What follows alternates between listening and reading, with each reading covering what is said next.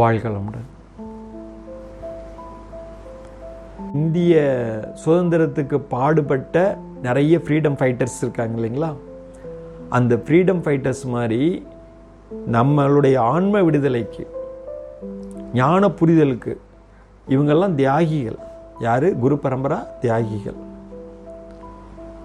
இவங்க அந்த அளவுக்கு நமக்காக கொடுத்துருக்குறாங்க, அந்த ஸ்டஃப்பை கொடுத்துருக்குறாங்க. இதை பற்றி தான் இன்றைக்கி பேசிகிட்டு இருந்தோம். இதை பற்றி தான் அவங்க டவுன்லோட் கொடுத்தாங்க. இதை பற்றி தான் இந்த பீயிங்கை பேச வச்சாங்க. இந்த பீயிங்கை எழுதிட்டு வந்து பேசலை, இவ்வளோ நேரம் எழுதிட்டு வந்து பேசலை. எனக்கு என்னன்னே தெரியாது, இந்த சப்ஜெக்ட் என்னன்னே தெரியாது. உண்மை அதுதான் சத்தியம். உட்கார்ந்தோம், எல்லாரும் நம்ம மக்கள் எல்லாரும் இருக்கிறாங்க, நானும் அதில் ஒருவனாக இருக்கிறேன். எங்களுக்கு என்ன கொடுக்கணுமோ நீ கொடுப்பா. ஏன்னா அல்ல குறையாது இருக்கக்கூடிய வற்றாத ஜீவநதி இந்த அருள் ஆற்றல்கள். இந்த அருள் ஆற்றலை நீ எங்களுக்கு எவ்வளோ கொடுக்க முடியுமோ கொடு அப்படின்னு சொல்லி ஒரே கான்செப்டில் உட்கார்ந்தது தான். இவ்வளோ நேரம் நம்ம பேசியிருக்கிறோம். எதுக்கு இது எடுக்க வைக்கிறாங்க மகான்கள் தெரியலையே, என்ன சப்ஜெக்ட் இன்னைக்கு வரப்போகுதுன்னு தெரியலையே. அப்படி தான் உட்கார்ந்தோம். பாருங்கள், இவ்வளோ ஓடி இருக்கு. இல்லை நிறைய நம்மளுக்கு புரிதல் நம்ம ஆன்மாவுக்கு நடந்திருக்கும். புரியலைனாலும் விட்டுருங்க. நிறைய பேர் சொல்கிறீங்க,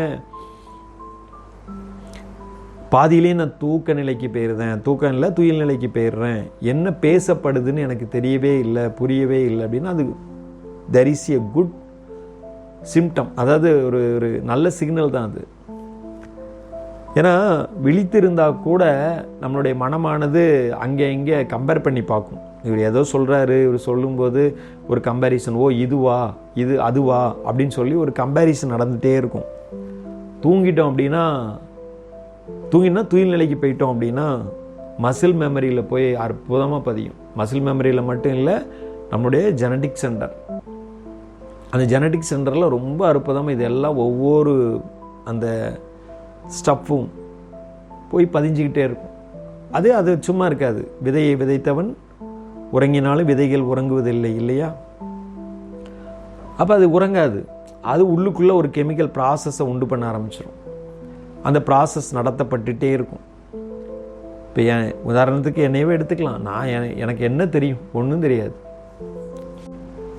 அப்புறம் அந்த நிலைப்பாடு, அவர் என்ன விதைச்சாரோ எனக்கு தெரியாது நேரில் இருக்கும்போது. அது கொஞ்சம் கொஞ்சமாக ப்ராசஸில் இறங்கி தான் இதே மாதிரி ஒரு இதை வெளிப்படுத்தக்கூடிய ஒரு சூழ்நிலைக்கு தள்ளப்பட்டிருக்கு இந்த பீயிங். அப்போ அதனால் ரொம்ப எதுவுமே வீண் போவதில்லை இந்த பிரபஞ்சத்தில். நீங்கள் ஒரு கை அசைச்சாலும், கண் அசைச்சாலும், கண்ணை மூடி முழிச்சால், அதாவது இமை மூடி முழிச்சதுன்னு வச்சுக்கோங்களேன், அது கூட ஒரு அதிர்வை ஏற்படுத்தும். நீங்கள் நடந்தாலும் ஒரு அதிர்வை ஏற்படுத்தும். கை விரல்களை அசைச்சாலும் ஒரு அதிர்வை ஏற்படுத்தும். ஒவ்வொன்றுக்கும் ஒவ்வொரு யூனிட் செலவாகும். உங்களுடைய உயிர் சக்தி, கண்ணை அசைப்பதற்கு உயிர் சக்தி தேவை, விரலை அசைப்பதற்கு உயிர் சக்தி தேவை, நடப்பதற்கு உயிர் சக்தி தேவை. நம்ம வாய் வழியாக போடக்கூடிய அந்த பதார்த்தங்கள், அந்த உணவு வகைகள் ஜீரணமாவதற்கு உயிர் சக்தி தேவை. உயிர் சக்தி இல்லை அப்படின்னா ஹைட்ரோக்ளோரிக் ஆசிட் இறப்பையில் சுரக்காது. எல்லாமே பேஸ்ட் ஆன் உயிர் சக்தி, ஜீவகாந்த சக்தி, பயோமேக்னட்டிசம்னு சுவாமி சொல்லுவார். அது எல்லாம் இருக்கணும். வயதிகம் வரும்போது அதெல்லாம் கொஞ்சம் கொஞ்சமாக அந்த இது பெயரும் ஜீவகாந்த சக்தி இல்லாதனால தான் வயோதிகம் கடைசியில் உயிர் உடலை விட்டு பிரிஞ்சிடும். இப்போ இந்த உயிர் சக்தி எங்கேருந்து பெறப்படுது? பிரபஞ்சத்திலேருந்து பெறப்படுது. அதனால தான் நம்மளுக்கு தூக்கம் கொடுக்கப்படுது. உயிர் சக்தி எப்படிலாம் விரயம் பண்ணிடுவோம், ஜீவகாந்த சக்தி எப்படிலாம் விரயம் பண்ணிடுவோம். விரயம் பண்ணோன்னே டயர்டாகி நமக்கு தூக்க நிலையை கொடுத்து அந்த பிரபஞ்ச சக்தி உள்ளுக்குள்ளே ரீஃபில் பண்ணும். அது கேஸ் இப்போ கேஸ் காலியாயிட்டுன்னு என்ன பண்ணுவோம்? ரீஃபில்னு சொல்லிட்டு இப்போ ஆப்பில் போடுவோம். ஆப்பில் போட்டோன்னே புது கேஸை கொண்டாந்து சிலிண்டரை கொடுத்துட்டு பழைய சிலிண்டரை தூக்கிட்டு போயிடுறாங்க இல்லைங்களா? அதுமாரி இது ரீஃபில்லிங் நடக்குது, நைட்டு தூக்கத்தில் நடக்குது. இப்போ ஒரு சிலருக்கு இந்த பிரபஞ்ச எனர்ஜி கம்யூனிகேட் பண்ண ஆரம்பித்த உடனே தூக்கம் ரொம்ப கம்மியாயிரும். அப்போ பிரபஞ்ச சக்தியோட அந்த கனெக்டிவிட்டி நமக்கு வந்துருச்சு அப்படின்னா தூக்கங்கிறது தேவைப்படாது. அப்போ பிரபஞ்ச சக்தி ஏன் நம்மளை டயர்ட்னஸ் கொடுக்குது அப்படின்னா ஜீவகாந்த சக்தியோட அந்த விரயம். எப்படி நம்ம விரயம் பண்ணுறோமோ பை நேச்சராக அது ப்ராசஸ் என்ன பண்ணுது அப்படின்னா ஜீவகாந்த சக்தி நம்ம உடம்புல இருக்கிற வரைக்கும் அது அந்த டயர்டே ஆக மாட்டோம். டயர்டுன்னு ஒரு வார்த்தை யூஸ் பண்ணுற மாதிரி பார்த்தீங்களா, அது ஜீவகாந்த சக்தி குறைஞ்சிட்டுன்னு அர்த்தம். அதான் டயர்டாகிறோம். அப்போ ஜீவகாந்த சக்தியை பெருக்கக்கூடிய பயிற்சிகள் பல மகான்கள் பல ரூபத்தில் கொடுத்துருக்குறாங்க.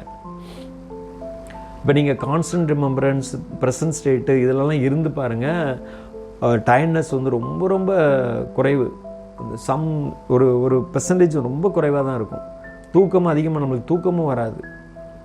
தூங்காத நிலை உருவாகிடும். எப்போவுமே எனர்ஜெட்டிக்காக இருப்போம். சரி, அது பின்னாடி பார்ப்போம் அது எப்படி பண்ணுறது அப்படின்னு.